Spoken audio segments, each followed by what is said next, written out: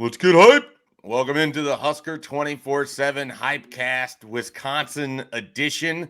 Nebraska still on the brink of bowl eligibility now, several weeks into that. We'll see if that has any effect in how people choose or predict this game this weekend. I, of course, am Mike Schaefer, joined by Michael Bruntz, Brian Christopherson. We're Husker247, and our special guest this week on the HypeCast, making his debut from the Athletic, we have Mitch Sherman. Mitch, welcome to the HypeCast, this amazing opportunity you've been afforded. Yeah, thanks for having me, guys. It's an honor to be here with you. I'm glad I finally made the cut. Yeah, we're glad that it worked out for you time wise. That seems to be the biggest thing to get on the list is if you have some time at Wednesday morning at 10 a.m. That's how these things get done. All right, we as we do every week, we'll start on offense, and we will go right to Mitch Sherman, and we will ask him about the quarterbacks. What, Mitch, are you at this point on Wednesday morning? What are you expecting for Nebraska in terms of quarterbacks on Saturday? Who do you think will be available? Who do you think plays? Well, I'll start with the easy part and say that I don't think it's going to be Heinrich Haarberg. We know how these ankles go.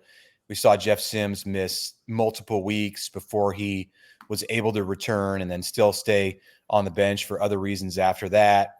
And, it remains to be seen if Haarberg's injury is as serious or even the same kind of injury as Sims. But I think to expect him to come back in just a few days and play at Wisconsin is a little bit much to ask. And Matt Rule has been, I think, leading us down that road since Saturday after the game and not having a lot of specifics to offer about Haarberg. And then we heard as the week got started and we got into Tuesday that he wasn't at practice and was just taking mental reps. And so, yeah, I feel comfortable in saying that we're not going to see Heinrich Haarberg starting this game. I wouldn't expect that we'll see him at all unless it's in some kind of an emergency situation. I mean, they have also mentioned that his strength is his running ability. And, we've seen that time and time again. So if you've got an ankle that's 60% or even 70 or 80%, that's going to limit your ability to be an effective runner. So he's out of the mix as far as I see it right now on Wednesday. That brings us to Jeff Sims or Chubba Purdy. And, my thought on it in trying to put myself in the decision maker's shoes is, how do you go back to Jeff Sims? I don't know. I don't know how they can make that decision. We saw him healthy again against Purdue, and he committed a turnover that almost got Nebraska in trouble in a game that it appeared to have well in hand in the fourth quarter. And then we saw him for 7 possessions last Saturday against Maryland, and 3 of them ended in turnovers. Another one on a fourth down miss, so a turnover on downs. 2 turnovers in the fourth quarter, right at the start of the fourth quarter. We know how important the fourth quarter is to Nebraska. So I guess what I'm saying in all of this is that I think they're going to try Chubba Purdy, and he's the guy that ended the game against Maryland. And I think he'll be the guy that starts it against Wisconsin. Just to follow up with that, with Chubba Purdy, we obviously watched him get a couple starts last year, played an entirely different offense. Do you expect a wildly different version of him with this version of Nebraska's offense, or is it going to be sort of similar where that team really struggled to move the ball, maintain possession, and to put up points? He looked massively uncomfortable last year when he was out there as the starting quarterback, and really almost the entire time that he played in 2022. And I think some of that was a product of just the situation around him. And that was a hard situation to play in. This is a hard situation to play in. It was a difficult situation for him to play in last week when they put him in at the 3-yard line in a tie game in the fourth quarter. And he had very limited reps with the offense that he was asked to run. So he did much better in that situation, despite the interception in the end zone at the end, than he did for the most part last season. So I think we'll see more likely the version of Chubba that we saw last week than we will the version that we saw last year. He's a year older. He's more comfortable. I think he feels better, without being able to ask him about this. We've not talked to Chubba, I don't think all year, maybe in preseason camp, but it's been a long time. And, I I can only assume, based on what I've heard from the coaches and his teammates and seeing him play last week, that he's more comfortable right now than he was at this time a year ago when he was asked to play in November for Mickey Joseph and that coaching staff. So, I don't think he's going to lead a 90-yard drive every time he goes out there, but I think he's going to look like the version of Chubba Purdy that we saw against Maryland. BC, one of the things that'll help him be more comfortable this year than last is the offensive line play. We know Matt Rule has been happy with sort of the progress from the offensive line. And where things are at with that unit now a few weeks into sort of a reshaping following all of those injuries in October? Yeah, Rule said Maryland was their best performance. And actually, when you go back and you look at Nebraska's offensive drive chart in that game, you see some consistency moving the ball this past Saturday, but they're not responsible for the QB literally dropping the ball and some of the decisions that were made in the passing game. I thought when they lined up and ran it, they had enough success to encourage you to go back to that well with Emmett Johnson behind those guys and see what you can get done with 18 to 20 carries for him. So I thought it was an encouraging last Saturday for them. I would agree with what Rule said on that. I think Justin Evans-Jenkins has done a nice job for such a young player getting thrown into the middle of Big Ten play. That's not an easy assignment, but we're not like talking about him as just like some sore point or anything like that. And I think Teddy Prohaska is starting to get his feet under him at left tackle a bit. So I think they feel like they have a little momentum in that room. But they also know, even though Wisconsin's different than the Wisconsin we maybe knew 5 or 10 years ago and how they play, Teddy kind of said it, how Donovan Raiola talked about how Wisconsin kind of built their program on that toughness in the O-line and maybe modeled it after old Nebraska a little bit. And there's that challenge to go up there and sort of beat them at their own game, I think, a little bit, that those guys are taking seriously. Brunts this last week, we saw Janiran Bonner score. We saw probably the best game from Emmett Johnson, or a continuation of some good runs from Emmett Johnson, who's given Nebraska a lift as their fourth-string running back this year. Where are you at with Nebraska's sort of running game, especially as we kind of look at if you don't have Chubba Purdy, or excuse me, if you don't have Heinrich Haarberg, what does this do to Nebraska's running game? Could it be more traditional looking on Saturday without Heinrich Haarberg and kind of the option that they've been working in the last 6-7 weeks?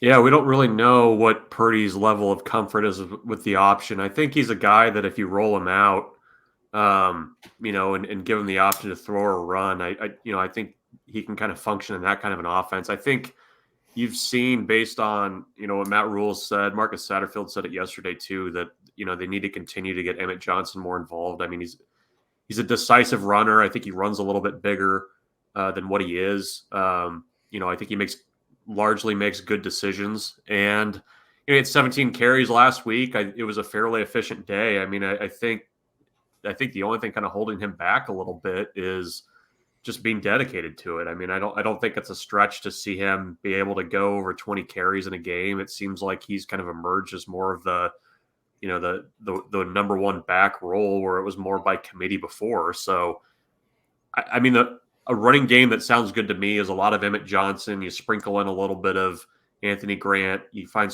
some spots for Josh Fleeks to do what he can do, and I think you can have some success there. So, I hope they go to more of that, because I think even when Jeff Sims was in last week, and they got Emmett Johnson more involved in the run game, it felt like that offense just was a little bit more crisp than it was otherwise. Mitch, when you sort of assess this season, and we've seen what's happened at wide receiver for Nebraska, we've seen what's happened at quarterback, it makes the throwing game a little bit more difficult. What do you feel like these younger wide receivers have been able to get out of the last 5-6 weeks of having to play more, having to get more reps, but not necessarily leading to in-game production because of all of the other issues with the offense? Yeah, it's just really valuable experience for them. And I know it's frustrating for Nebraska fans to see it now. And, you can dissect some of these plays, and I don't know that's fair to all of these freshman receivers. And it remains to be seen if we're going to see more of Jaden Doss. He's at that 4-game threshold, and he plays the slots position, and Billy Kemp is back and healthy with just 2 games left. So maybe his time contributing this year is over, so he can be a redshirt freshman next year. But even if that's the case, obviously Jalen Lloyd and Malachi Coleman are well beyond those 4 games. So as sophomores next year, and really just going through this offseason, they're going to have so much more ability to understand what they need to improve on, what it's like to get into Big Ten games and play college football. I thought it was interesting in listening to Thomas Fedoni this week talk about his first college football experience. It actually came at Wisconsin 2 years ago when he was coming off of his first knee injury, and he rehabbed through the summer and into the fall. And they got him into a game in his redshirt year against Wisconsin. And he said his welcome to the Big Ten moment, or welcome to college football moment. And I remember that play. He got knocked off his feet at the goal line, and he still talks about that as a moment where he kind of understood what it was like and what it would take and the physicality that was required to play at this level. And you can see it from the sidelines, you can watch it on film, but I think if you don't get out there and experience it, it's more difficult to understand it and to know how to prepare yourself. So what these freshmen, the 3 of them at receiver, have received is a lot of those welcome to college football moments. And they continue to have ups and downs. They've all had some ups, and they've certainly all had some downs too. So they're going to be better for it moving forward. And this is the future for Nebraska at the wide receiver spot. They went big at that position in recruiting last season in hopes that these players lead them forward into year 2 and beyond of the Matt Rule era. So they're going to be in better position coming out of the spring and going into camp next year because of everything positive and negative that these players are experiencing right now. Let's jump over to the defensive side of the ball.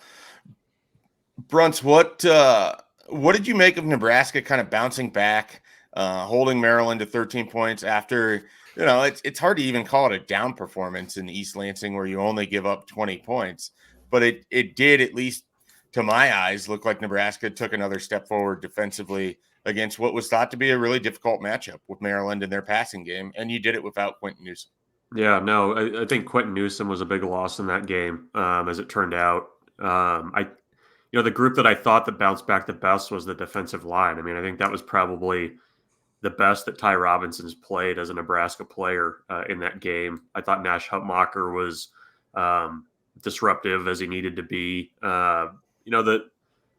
The thing that kind of I would imagine probably stings Tony White a little bit still as we sit here today was just that final drive. I mean, they had a bust on that long run and kind of let Maryland just move methodically down the field against them. So, they had the turnovers. They forced the turnovers if they'd been lacking for the last few weeks.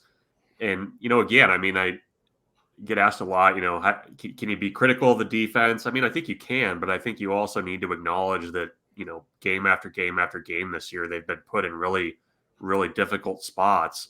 And, they've had to play close to perfect. I mean, you look at the touchdowns they've given up, it's been, double moves or a bust here or there. They've really made teams work for it. So I don't have any quibbles. And I was impressed with the way that they bounced back and really the way that they pass rushed too against Maryland's offense, because I thought that was going to be an issue keeping their quarterback in the pocket. So you probably grade them an A- in that game. They played well enough to win again, and just didn't get enough from the other side to help them out.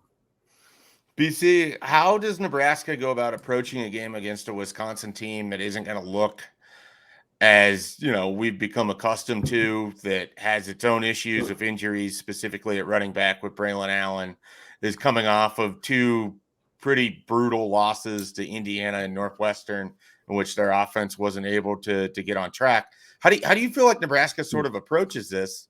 Because it's just a very different version of Wisconsin in 2023 than what we're used to. It is, but it's also sort of the reason like you bring in a guy like Tony White. And I remember back when he was hired here, they talked sometimes in the press conferences about the Big Ten is sometimes typecast as a certain style of league. And we think of old school Wisconsin and sort of that style of football. And I remember Tony White, or it was Rule, who was like talking about Longo at Wisconsin. He's like, it's more diverse than you think with some of the offenses you're going to see. And the belief in his scheme is that it's so bendable toward, taking on different foes and different ways of that they're going to try to attack you. So I don't think that's going to be a big issue for them. You're just looking at this year's film and you're looking at their best stuff. You know that obviously it's been rough on their side of the ball, just like it has on for Nebraska's offense. But you sort of have to expect you're going to get their best effort with Mordecai. I don't know how available Allen is going to be at this point or what his situation is, honestly. But you just got to keep tackling well and play well in space. And hopefully Quinton Newsome is back this weekend. And I mean, simply put, not simply done, they're going to have to be what Bruns was speaking of this last game, where you're that group that can take it away 2 or 3 times, because you can't count on your offense not giving it away 2 or 3 or more times. So that's just sort of the part of the responsibility that's fallen on their shoulders with this year. Mitch, what have you made of the defense this year, and how Tony White and that staff has been able to kind of use the pieces that they've inherited to have the success that they've had? And then the obvious follow-up to that, what ranking or where does locking up Tony White land on the offseason list for Matt Rule right now, as we're seeing coaching changes throughout the country? Yeah, I just continue to be really impressed with the job that not only Tony White's doing, but I mean, look at a guy like Terrence Knighton and the work that he's done with that defensive front. I mean, Ty Robinson and Nash Hutmaker and Blaze Gunnarsson, you can go down the list and start to get into the younger guys too, and they've been maybe more inconsistent and battled some injuries. But those three as older players, they're different players, completely different players than what we've seen of them in their Nebraska careers. And Nebraska played some good defense at times last season, especially after Bill Busch took over that group. But it wasn't consistent at the level that what we've seen for all of this year. Even in their bad games. I mean, take Michigan out of it, but even in like what Nebraska considered a bad defensive game, like the Michigan State game, and they were still the far superior side of the ball for Nebraska. So, that overall, my impression is very positive of what Tony White has brought to this defensive culture for Nebraska. More specifically, I just look at their ability to plug and play. They've had injuries in the secondary as the year has gone on, and they've been out without Deshaun Singleton now for several weeks, and he was one of their bigger playmakers as the season in the first half of the season. And for instance, you see Marquise Buford come back from injury and play in these last 2 games, and we saw him on a safety blitz last week take out Talia Tagovailoa in a type of look that Nebraska had not shown much this year, and doing a specific skill set that we had not seen from Marquise Buford, who'd been a longtime starter, or certainly an experienced guy in that secondary. So Tony White and Evan Cooper, with that specific play, they all just continue to impress me with the way that they're getting the most out of the players that they have. And it gives me confidence that, there's going to be players who leave. I mean, Ty Robinson has earned himself an NFL paycheck. Some other guys are going to have, Luke Reimer's gone next year. Some other guys are going to have decisions to make on that defense about whether they want to come back or move on and try pro football. I'm confident, though, just because of what I've seen with the ability to plug and play various options, that they're going to be able to do that with the young guys who are coming up in this program. And the future's bright for Nebraska and the Black Shirts, as long as you said, Mike, they can keep Tony White locked down. And that's going to be a constant worry, I think, for Matt Rule and for Nebraska. Matt Rule wants his guys to have opportunities, and he reiterated that on Monday, not talking about Tony White, but just he wants his assistants to become head coaches and coordinators. Tony White, of course, the next step for him would be a head coach, unless he's going to take over, a top 10 program as a coordinator. And I don't even know if that would be attractive enough for him to leave what he's got at Nebraska. But they're probably going to have to give him a raise. They're probably going to have to restructure some things in that contract, which sounds, kind of mind-boggling, because he's already the highest paid defensive coordinator in school history, the first coach at that spot to make $1 million.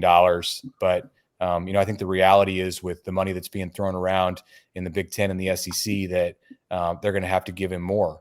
And it's probably going to have to come in December just to keep things comfortable. Already there's openings that potentially could look attractive for Tony White. And, while nothing is confirmed as far as him being a candidate, we're going to continue to look at that stuff, I'm sure, and wonder what he's thinking. But, Matt Rule, of course, has the ability to keep him, and Nebraska's fortunate to have the resources that it does. And, I think ultimately, he's going to be a head coach, but it would be nice if he can be in Lincoln for another year or two after this one. Yeah, that'll definitely be something to keep an eye on as we move into the offseason. All right, we're going to take a quick time out here on the Husker247 HypeCast. When we return, time for oddly specific predictions, picks to click, and game predictions. Will anyone take Nebraska to pull an upset in Madison? We'll find out next. All right, oddly specific prediction time ahead of the show. I warned Mitch what he was getting into, and now he can sit back and watch as we show him and tell him what our oddly specific predictions are for Nebraska-Wisconsin. I'll start. There will be no touchdowns scored on Saturday. Not a single time will the ball cross the end zone line and result in 6 points going on the scoreboard. 0 touchdowns on Saturday. That is as specific as I can get with scoring without telling you the specific score, which you'll get here in a few minutes. Michael Bruntz, what do you got? I'll give you 2 quick ones. I think I predicted last week that Emmett Johnson was going to go over 100 yards. He got close, did not get there. I think he gets over 100 this week. I think Nebraska keeps giving him the ball. I'm going to say 104 yards rushing this week for Emmett Johnson. It's going to come on 21 carries. So he's going to have to work for it a little bit, I think. The other one I think to watch very closely, I think Nebraska somehow against all odds finishes -1 in turnover margin this week. I still think they give it away 3 times. They get 2 back. I'm looking for a Javin Wright fumble recovery and also a Tommy Hill interception as Nebraska's two gained turnovers. All right, BC. I think this is the most daring one I've had. And it's not that it wouldn't seem that big on the surface, but Ethan Nation is going to have a 23-yard punt return. That's one of and people are going to kind of just be confused by it. It's going to be one of those things that's a big deal on Twitter or wherever you hang out. Is he going to catch the ball at the 2? All right, you don't got to be snarky about this part. They will not catch a punt inside their own 5, but he's going to slip a tackle. He's going to take it at about the 18 and get it out to the 41-yard line, and we're going to be like, "What was that?" Sort of startled by it. So there's that, and I'll throw in Alvano's going to make 2 field goals, but he's itching, by the way, to have a shot at a game winner, that kind of kick. He was saying that the other day. This is not going to be of that variety, but he's going to hit a 52-yarder at the end of the half that gives them a little jolt. All right. Mitch, did we give you enough time to come up with something on the fly? Yeah. Well, the danger in going last is that you can get your oddly specific prediction stolen, and BC went. I'll give you one, but I will say BC took mine about the punt return. I was going to give Nebraska a 12-yard punt return in this game. That's more reasonable. Season long. Right. Well, it would be a season long. Nebraska has 30 punt return yards for the season. Do you guys know that Rutgers is negative on punt return yards for the season? So wow. it can always be they're -1 on punt return yards for the entire season. So it can always be worse than what it's been for Nebraska. We did see a 4-yard punt return from Ethan Nation last week, which was getting pretty exciting before he got tackled there. It was in the 4th quarter. So I will go away. I will move away from that, and I will say Nebraska is going to block a punt. I want to go special teams. We were on the same wavelength, VC, with thinking special teams about our oddly specific picks, but a blocked punt from Nebraska in this game. They've continued to, as the season's gone on, come up with some big plays on special teams. You saw the fake punt last week, so I'm going with a blocked punt this week that leads to a score.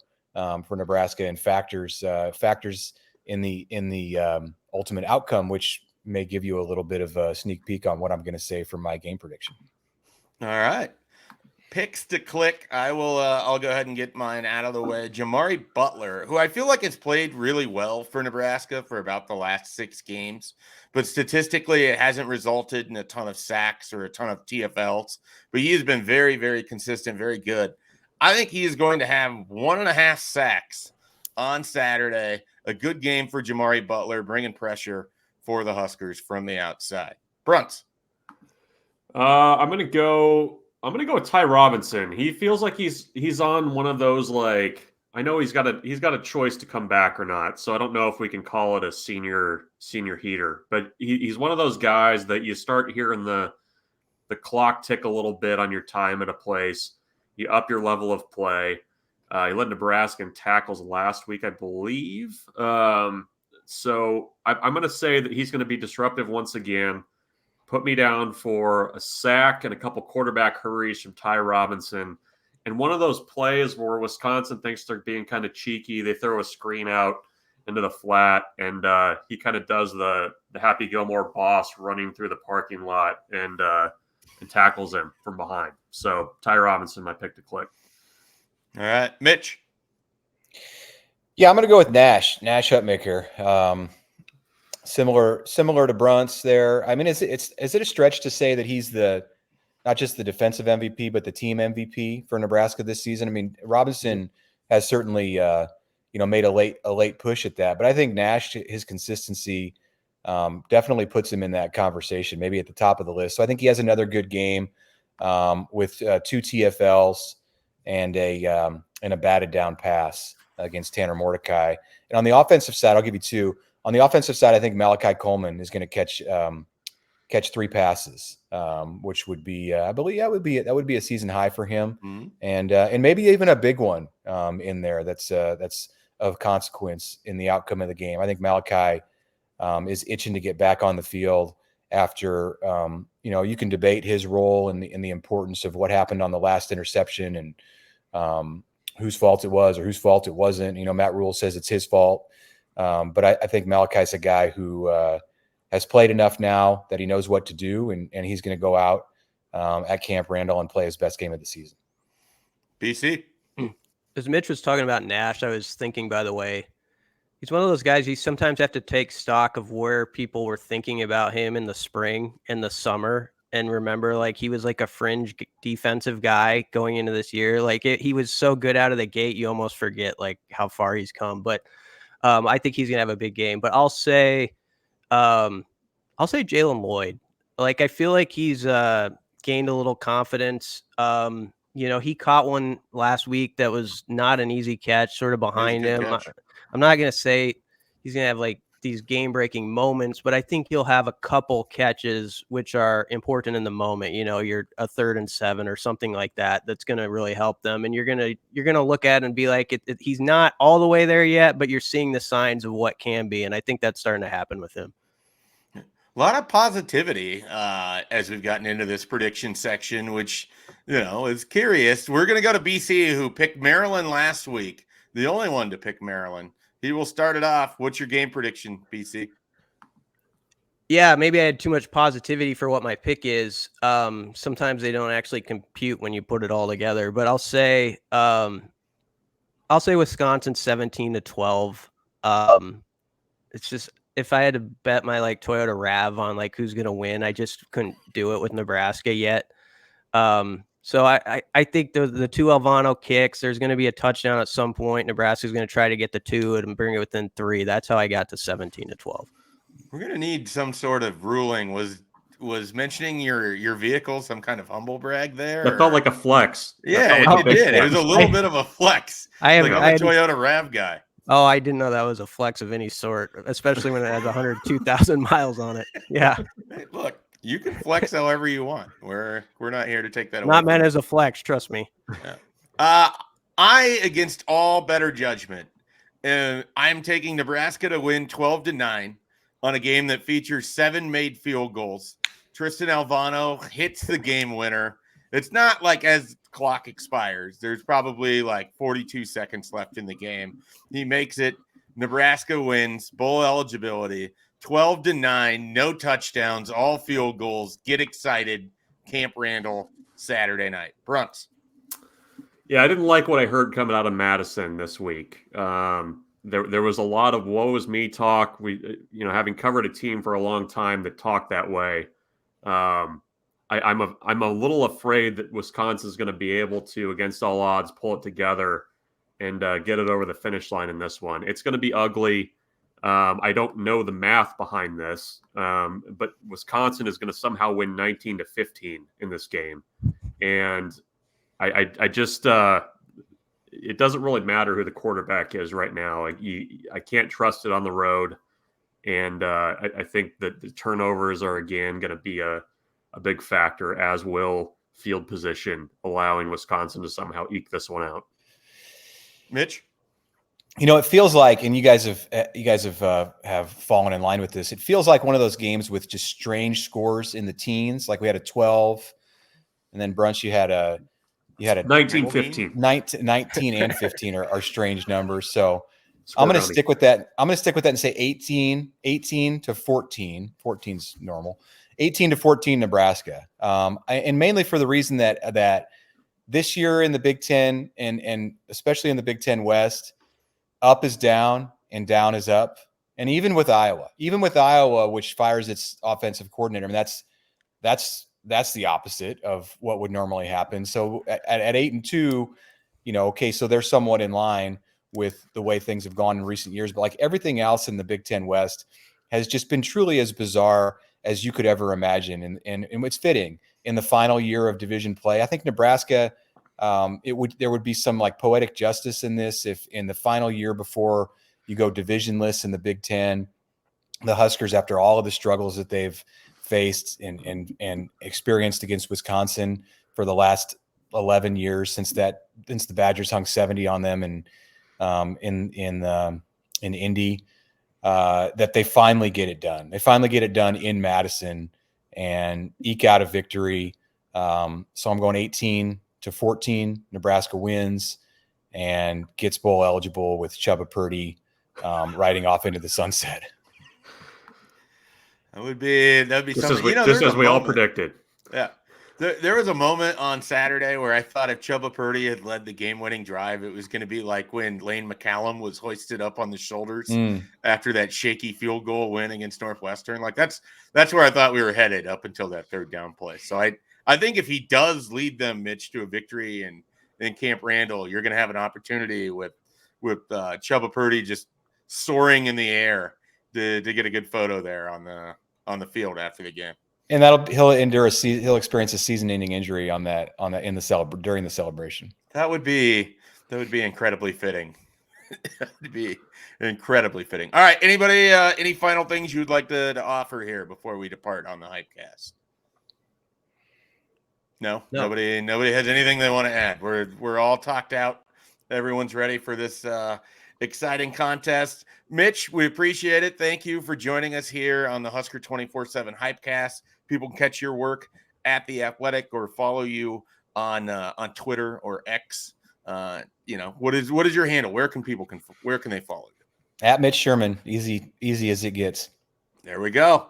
All right. For Brian Christopherson, Michael Brunch, Mitch Sherman, I'm Mike Shaver. This is Husker247 HypeCast. We'll be back with more content later.